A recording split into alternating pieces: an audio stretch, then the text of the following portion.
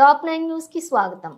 నాగర్ కర్నూలు మండలం పరిధిలోని ఎండబెట్ల ప్రాథమికోన్నత పాఠశాలలో అనధికారికంగా గైర్హాజరైన ఇద్దరు ఉపాధ్యాయులకు నాగర్ కర్నూలు జిల్లా విద్యాశాఖ అధికారి ఏ రమేష్ కుమార్ మెమోలు జారీ చేశారు.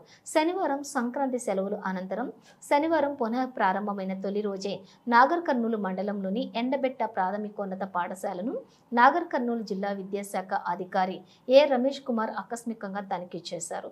ఈ సందర్భంగా పాఠశాల విధులకు అనధికారికంగా గైర్హాజరైన ఇద్దరు ఉపాధ్యాయులపై ఆగ్రహం వ్యక్తం చేశారు. మండల విద్యాధికారికి సమాచారం లేకుండా ఉపాధ్యాయులు పాఠశాలల్లో సెలవులు పెట్టకుండా గైర్హాజరు అయినందుకు షోకాజ్ నోటీసులు జారీ చేయాలని మండల విద్యాధికారి భాస్కర్ రెడ్డికి ఫోన్ ద్వారా ఆదేశించారు. సంబంధిత ఉపాధ్యాయులు ఇద్దరు సోమవారం డిఈఓ కార్యాలయానికి వచ్చి లిఖితపూర్వకంగా వివరణ ఇవ్వాలని ఆదేశాలు జారీ చేశారు. ఉపాధ్యాయులు పాఠశాలల విధులకు ముందస్తు అనుమతి లేకుండా సెలవు పెట్టకుండా అనధికారికంగా గైర్హాజరైతే చర్యలు తప్పవని ఆయన హెచ్చరించారు.